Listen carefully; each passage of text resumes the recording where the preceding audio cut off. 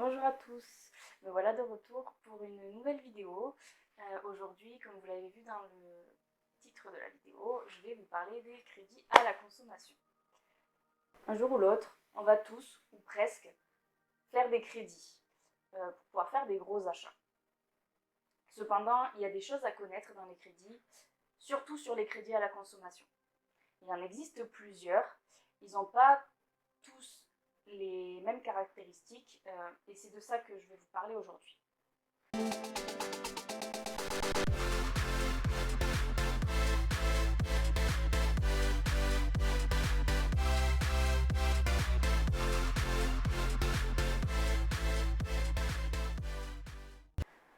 Un crédit à la consommation, il est utilisé pour acheter des produits hors immobilier. Donc là, on ne parle pas du tout de crédit pour acheter une maison, etc.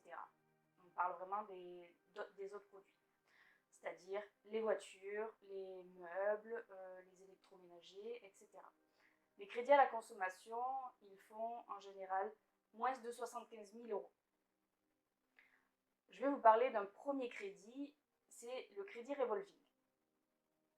C'est une forme très spéciale de crédit. C'est une mise à disposition d'une somme d'argent qui est utilisable immédiatement et réutilisable. C'est-à-dire que sur un compte, vous avez une somme d'argent, c'est-à-dire, prenons un exemple, 400 euros.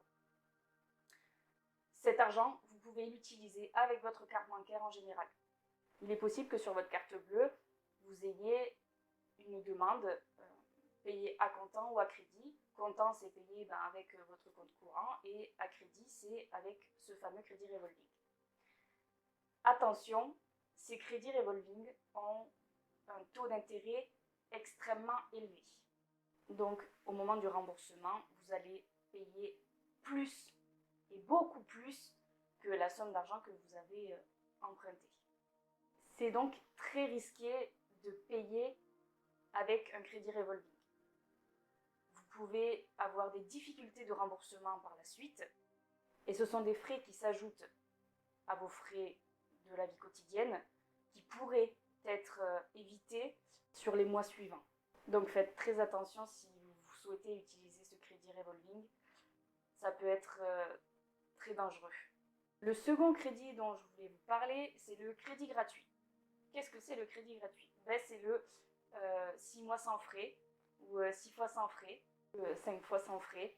C'est-à-dire qu'il n'y a pas d'intérêts qui vont venir s'appliquer sur le remboursement du crédit.